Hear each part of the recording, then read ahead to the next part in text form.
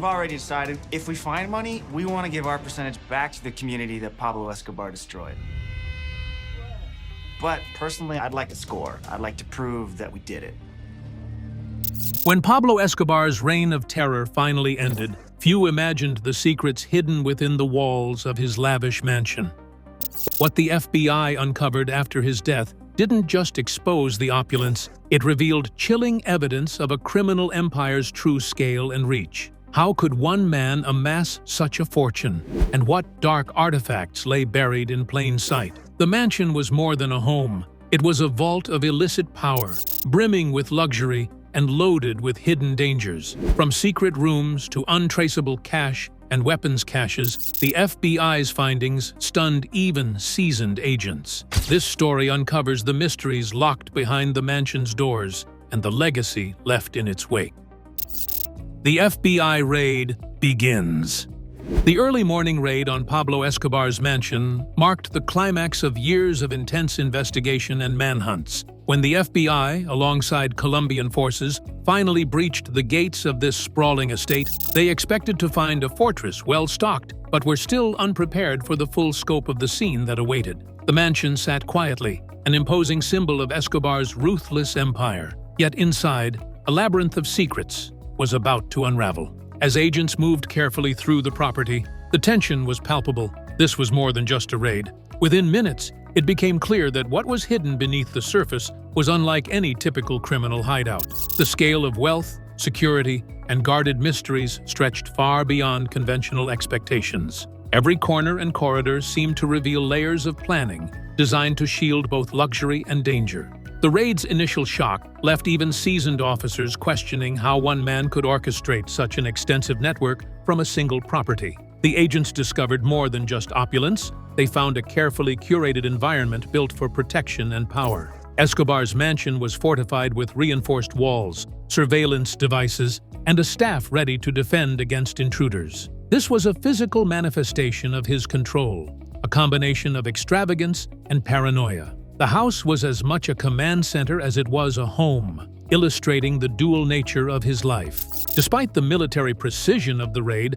the shock came not just from security, but from the sheer volume of hidden compartments, vaults, and concealed storerooms. Each discovery peeled back another layer of Escobar's complex world. The FBI's initial sweep revealed cash stashes, weapons, and evidence of ongoing illegal operations. The estate was less a refuge and more a window into the logistical heart of a criminal empire. Voices of agents who participated later described the atmosphere as both surreal and unsettling. The grandeur of luxurious furnishings contrasted sharply with the heavy presence of illicit materials. The mansion felt frozen in a moment where wealth and violence coexisted, creating a chilling snapshot of organized crime's realities. Every hallway and hidden door seemed to tell a story of control and fear. By the end of the first day, it was evident that this raid was far more than a simple arrest or search. The mansion held clues that stretched across continents, chronicling the tactics and reach of Escobar's cartel. The FBI was not just dismantling a property, but beginning to untangle a vast criminal web. This initial encounter with Escobar's inner sanctum set the stage for revelations that would shock the world. As news of the raid spread, the world grappled with images of the mansion, now stripped of its infamous occupant, but heavy with the weight of what was left behind. Reporters, officials, and citizens were drawn into the unfolding story, fascinated by the tangible remnants of a man whose power had shaped an era. The scene raised urgent questions. How deep did this empire run? And what secrets would the estate continue to reveal? For the FBI agents, the raid was just the start of a meticulous process. Every doorway, safe, and box became an object of intense scrutiny. The mansion had transformed overnight from a fortress into an archive of crime and excess.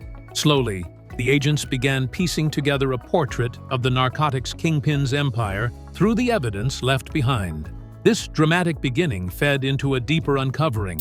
What the mansion contained in terms of true wealth, beyond mere bricks and mortar, would astonish even those familiar with Escobar's infamy. Hidden treasures and wealth. As the FBI delved deeper into the mansion, they were met with an astonishing revelation of wealth that seemed almost unfathomable. Stacks of cash, Hundreds of millions of dollars in unmarked bills were found hidden in safes and secret compartments throughout the estate. This money, representing only a fraction of Escobar's estimated multi-billion-dollar fortune, spoke volumes about the scale of his cartel's operations and financial reach. The sheer volume left investigators stunned and scrambling to document every bill. Alongside the cash, authorities uncovered an array of precious metals and jewels, meticulously stored and safeguarded. Gold bars were stacked like bricks in fortified vaults, while rare gemstones sparkled from hidden drawers. These tangible symbols of Escobar's wealth were not just for show. They were financial assets, backup resources in case of a market crash or political upheaval. His fortune was diversified far beyond traditional cash, making it nearly impossible to trace or seize completely. Luxury items decorated the mansion like trophies. Expensive watches, designer clothing, and imported furniture filled the rooms, highlighting a lifestyle of excess reserved for few. Exotic animals roamed the grounds, and plush amenities rivaled any high-end estate. Escobar's wealth was visible not just in currency, but in a curated environment designed to impress visitors and intimidate enemies. However, besides the flamboyant display, there was also a more calculated side that was hidden. The house's money and assets distribution was a way to indicate the use of sophisticated methods to avoid detection and seizure. The cash was hidden in walls, underground, and kept in unlisted places that only trusted associates had access to. This financial labyrinth testified to Escobar's paranoia and the complexity of his laundering operations. Investigators also came across some ledgers and coded records, which gave a hint of having access to numerous sources of income and investment being there. Besides the illegal substance trade, the cartel was involved in property development, retail, and even political lobbying. The paperwork delineated a massive operation which was aimed at integrating illicit money into legitimate markets. Escobar's wealth was not only accumulated, but also very strategically managed. The attempts to assess the total worth of the mansion's contents were never-ending. Hidden cash and assets were estimated by some to be more than $500 million, but experts thought that the estimation of the whole empire's value was much higher. The conclusive evidence highlighted the fact that Escobar was one of the richest criminals of his time and used his wealth to assert his power and control over Colombia and beyond. The international law enforcement agencies, who were eager to trace the money, were drawn to these fortunes. Every dollar found raised the cartel's potential influence and the difficulties of cutting off such a well-established financial machine. The mansion had turned into a donut-shaped vault that laid open both past crimes and future police activities. The tangible wealth was a stark reminder of the human cost behind the pile of bills and gold bars. It symbolized violence, corruption, and lost lives, dark shadows behind the glimmering surface. As the FBI secured these treasures, they also faced the moral weight of what this fortune represented. The mansion's caches opened the door to a more hidden design. The ingenious ways the property's layout and secretive architecture protected both opulence and life. Secret passages and safe rooms. One of the most remarkable aspects of Escobar's mansion was its intricate network of secret passages and concealed safe rooms. These hidden features were not just luxuries, but critical lifelines designed to evade capture and survive attacks. Behind false walls, disguised doors, and beneath floors, narrow corridors connected safe havens where Escobar and his trusted circle could hide from enemies or law enforcement. These secret spaces were equipped with luxury and survival essentials, allowing extended stays without detection. Some rooms featured reinforced steel doors, independent ventilation systems, and communication lines. The sophistication of these hideouts reflected Escobar's awareness of the constant threat from rivals and authorities. His home was as much a fortress as it was a residence. Agents found that many of these concealed areas were nearly impossible to detect without intimate knowledge of the mansion's design. Camouflaged entrances blended seamlessly with the decor, disguised behind bookshelves, mirrors, or furniture. This architecture was part of a broader security philosophy, making escape or protection feasible at a moment's notice. These passages were not only for hiding, but also facilitated quick movement throughout the compound. Escobar could move from the main house to encampments or lookout points without exposure, maintaining control and awareness even under siege. The layout was a physical manifestation of his strategic mind and survival instincts. The complexity of the secret designs posed significant challenges for law enforcement during the raid. Clearing the property meant carefully exploring every inch to ensure no escape routes or hidden threats remained. It was a painstaking process that required patience and vigilance, but it revealed the full extent of Escobar's paranoia and preparedness. Historical records and testimonies from former cartel members later confirmed that these safe rooms had saved lives on multiple occasions. Rival attacks, bandits, and government raids often ended in retreats to these hidden refuges, allowing the cartel leaders to regroup or negotiate. The mansion's design gave Escobar an edge that prolonged his evasion from justice. In addition to protection, some concealed spaces reportedly stored sensitive documents, weapons, and cash reserves, further tying architecture to the empire's operational security. The house was both home and vault, blending domestic comfort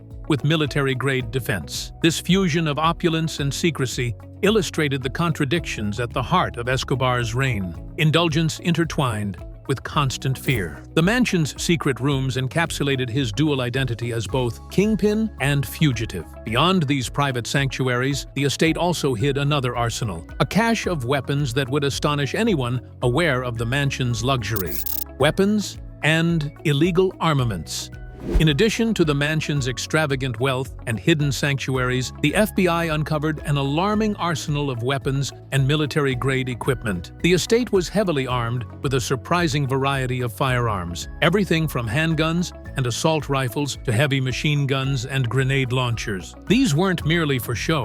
They represented Escobar's readiness to defend his empire against rivals and government forces. The breadth and sophistication of these arms reflected a man who ruled through both fear and power. Heavy-duty ammunition and explosives were also found stored in discrete compartments throughout the house. These included grenades, dynamite sticks, and improvised explosive devices. The existence of such ordnance within a residential setting shocked even the most experienced law enforcement officers. It spoke to the volatility of Escobar's operations and the constant threat of violent confrontation surrounding him. Evidence pointed to a well-oiled security network. Weapons caches were strategically placed for maximum defense, often near escape routes or within the secret passages already discovered. This tactical approach ensured rapid access to arms in moments of crisis, revealing a chilling level of preparation. Escobar's home was a fortress meant to deter and survive sieges. Beyond sheer firepower, investigators found equipment usually associated with professional militias, including night vision goggles,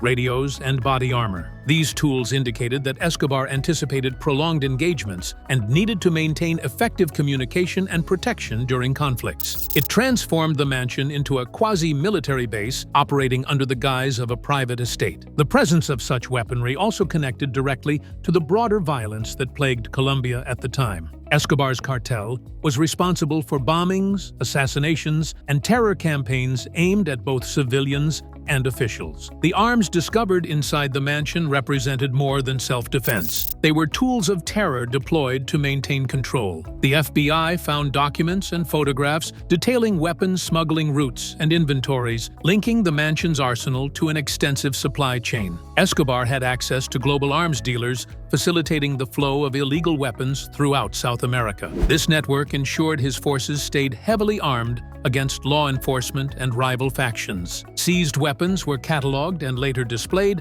as grim proof of the cartel's destructive capability. For many, these items were a stark reminder that Escobar's wealth was inseparable from the violence that funded it. The mansion, while a symbol of success, was also a breeding ground for bloodshed. The arsenal reinforced how Escobar's personal security mirrored the perpetual danger of his criminal career. Luxury on the surface, volatility beneath. It underscored the ever-present risk that hung over every moment of his life. Yet, weapons alone did not complete the picture. Hidden deeper within the estate were traces of the very substance that built this empire, substance itself, in various stages of manufacture and storage.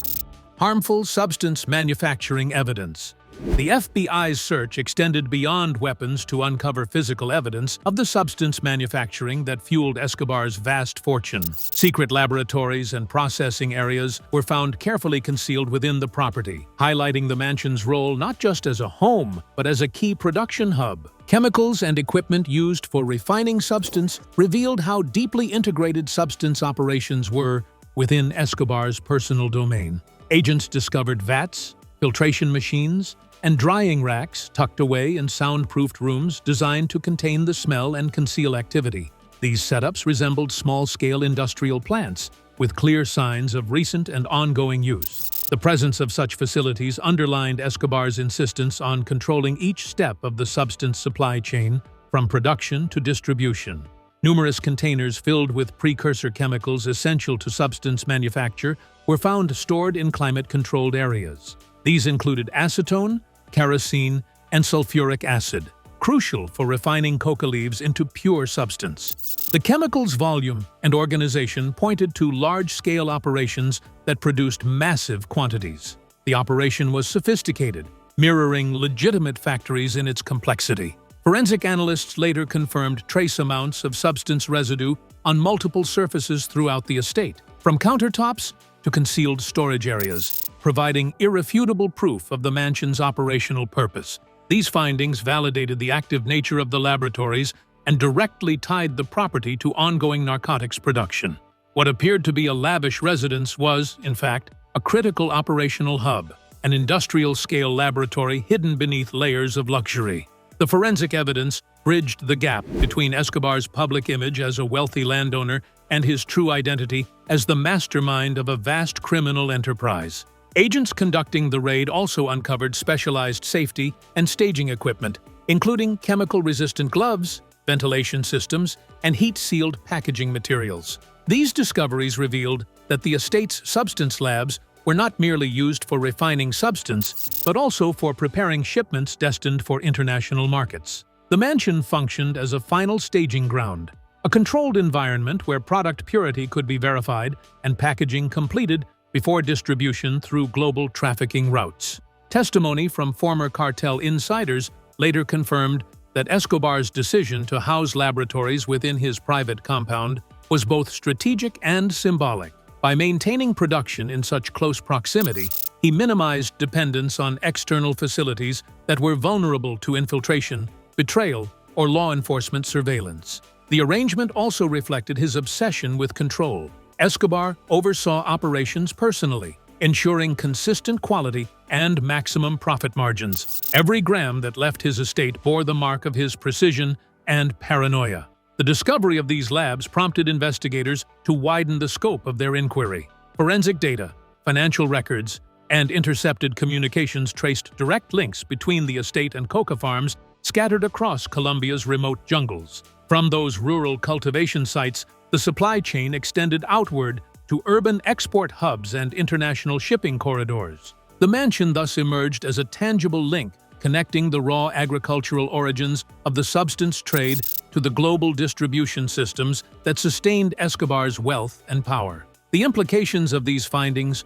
were far-reaching. They underscored how deeply embedded narcotics production was within Escobar's personal sphere, making it impossible to separate his domestic life from his criminal empire. By turning his own home into a fortress of production, Escobar blurred the line between private luxury and industrial-scale crime. The evidence recovered at the estate fueled renewed urgency among law enforcement agencies to dismantle not just the cartel's operations, but the systemic corruption and infrastructure that enabled it. While the chemicals and labs hinted at industry beneath the opulence, the paper trails and communications found nearby would reveal the true mechanics of the cartel's reach and power.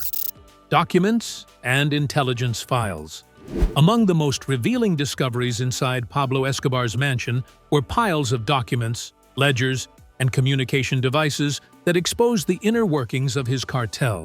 These papers mapped out a vast network of operations, routes, contacts, financial transactions, and even hit lists. The meticulous record-keeping showed that Escobar's empire was not run on chaos, but on calculated strategy and bureaucratic precision. Every page turned was a glimpse into a ruthless business machine. Investigators found coded ledgers detailing amounts of money moved daily, payments to politicians and law enforcement, and bribes to secure cooperation or silence. These documents proved that corruption wasn't incidental, but systemic, deeply woven into Colombia's political and economic fabric. Escobar's ability to manipulate institutions as effectively as rivals was central to his dominance, reflected in the paper trail stored within these walls. Numerous letters and handwritten notes suggested constant negotiations with allies and warnings to enemies. Some contained threats cloaked in formal language, others appeals for loyalty, demonstrating how Escobar managed a delicate balance of fear and favor. The communications highlighted a leader involved personally in the cartel's complex diplomacy. Investigators also seized scarce audio devices and encrypted radios, revealing how Escobar maintained command over a sprawling network. These tools allowed real-time coordination between substance shipments, enforcers, and regional cells, maintaining operational fluidity. Their sophistication stressed that Escobar's enterprise was one of the first globalized criminal organizations, utilizing technology to stay ahead of law enforcement. Files exposing smuggling routes crisscrossed continents, from Colombian jungles to ports in the United States and Europe. The documents traced how substance moved through clandestine channels, concealed in containers, aircraft, and boats. The scale of the operation was immense, with the mansion's files serving as a command hub for transnational crime. Among the archives were personal correspondence revealing Escobar's paranoia, mistrust, and moments of brief vulnerability. Private letters to family and close associates showed a man keenly aware of enemies on all sides, constantly strategizing to stay alive and in control. These writings humanized him, but also illustrated the immense pressure behind his empire. Law enforcement experts later used this trove to target key cartel figures and financial operations. The documentation accelerated the dismantling of networks and helped recover stolen assets. It was among the most invaluable intelligence coups in the war against narcotics trafficking. Despite the weight of these documents, some files remained encrypted or missing, fueling speculation about hidden caches and accomplices. The mansion's archives raised questions about what else might still be out there, untouched or deliberately concealed. This lingering mystery underscored the challenge of fully unraveling Escobar's legacy. The mountain of documents showed that beneath the surface of luxury and violence lay a complex, deadly organization, whose reach extended far beyond the walls of the estate. Yet, alongside the business and brutality, the mansion still held reminders of Escobar's personal tastes and indulgences, personal artifacts and luxuries.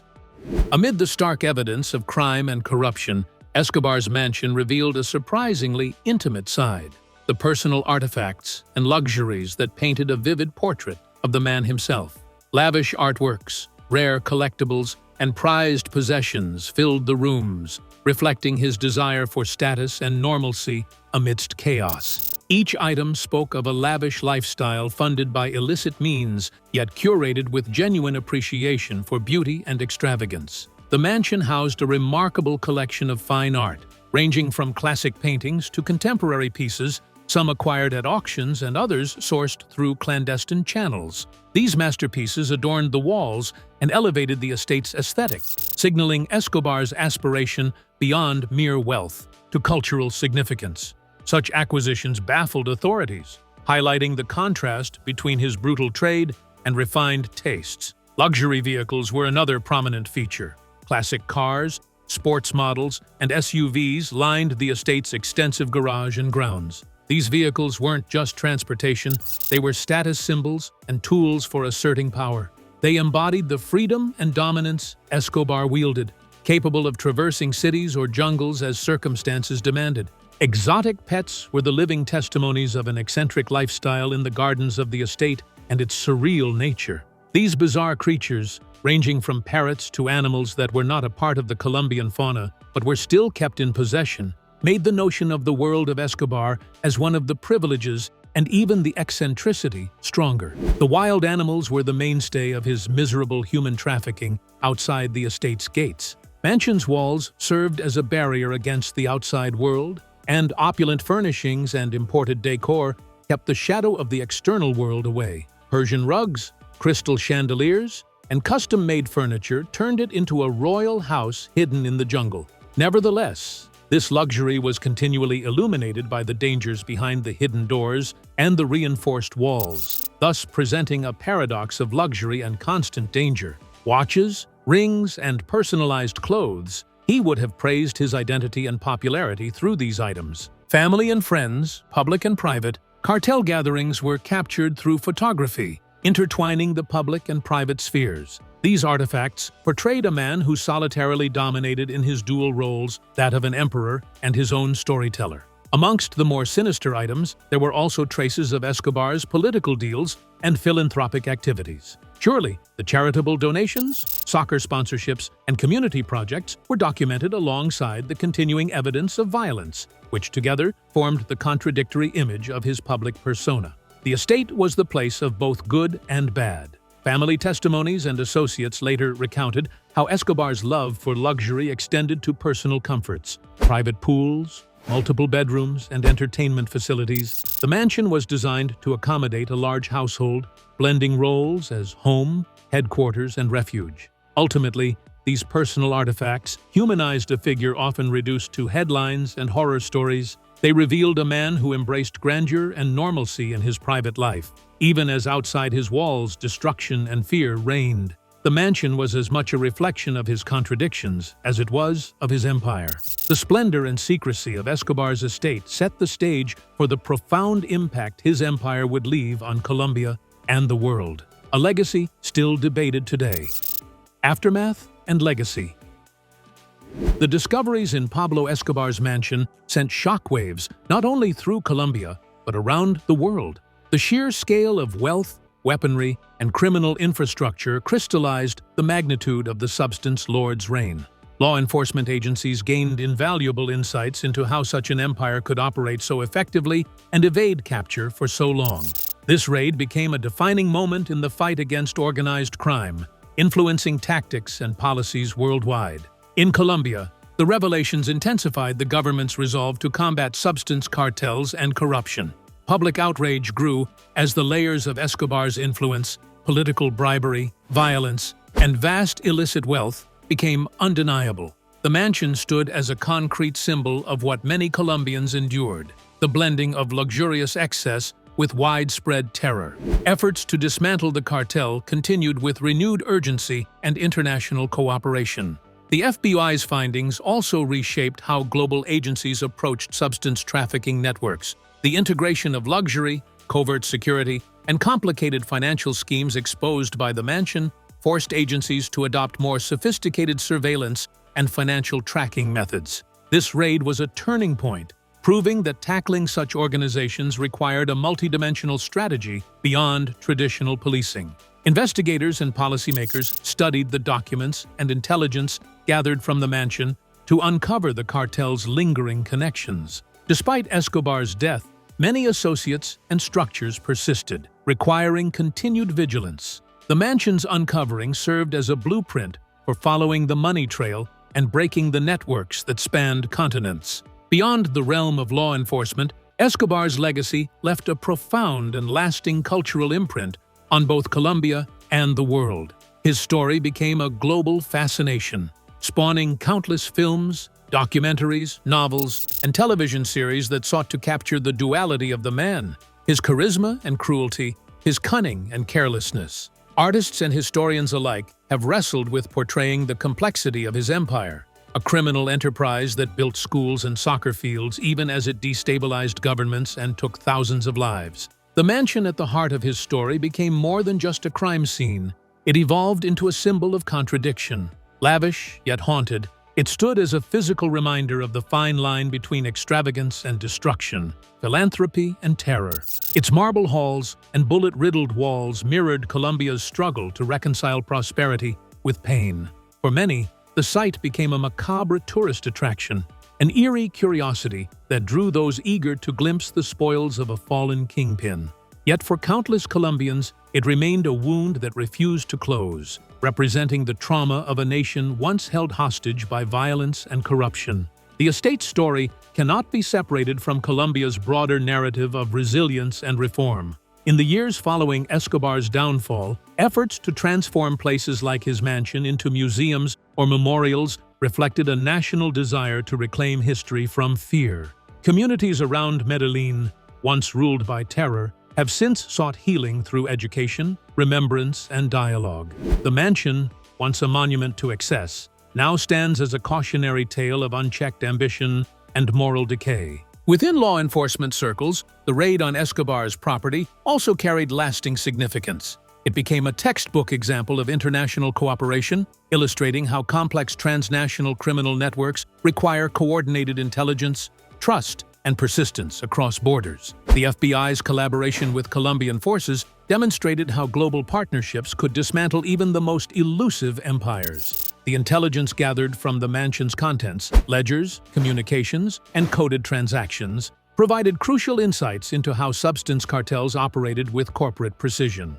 Though Escobar's fortune was largely seized or lost over time, the shadow of his empire persists. His story endures as both a victory and a warning, proof of how the pursuit of wealth through violence corrodes everything it touches. Ultimately, the FBI's discoveries at his estate laid bare the machinery of greed and ambition that fueled one of history's most notorious criminal dynasties, a legacy that continues to shape law enforcement strategy, popular culture, and Colombia's own reckoning with its past. Pablo Escobar's mansion revealed far more than mere luxury. It uncovered the intricate and deadly machinery that fueled one of the world's most powerful criminal empires. Behind the marble walls and lavish decor lay hidden cash reserves, secret laboratories, weapons caches, and evidence of a vast global network built on fear and control. The FBI's discoveries exposed how extravagance and brutality could coexist within the same walls, serving as a stark reminder of how unchecked power can corrupt, dominate, and ultimately define history itself. If you enjoyed this insight, remember to like and subscribe for more remarkable stories.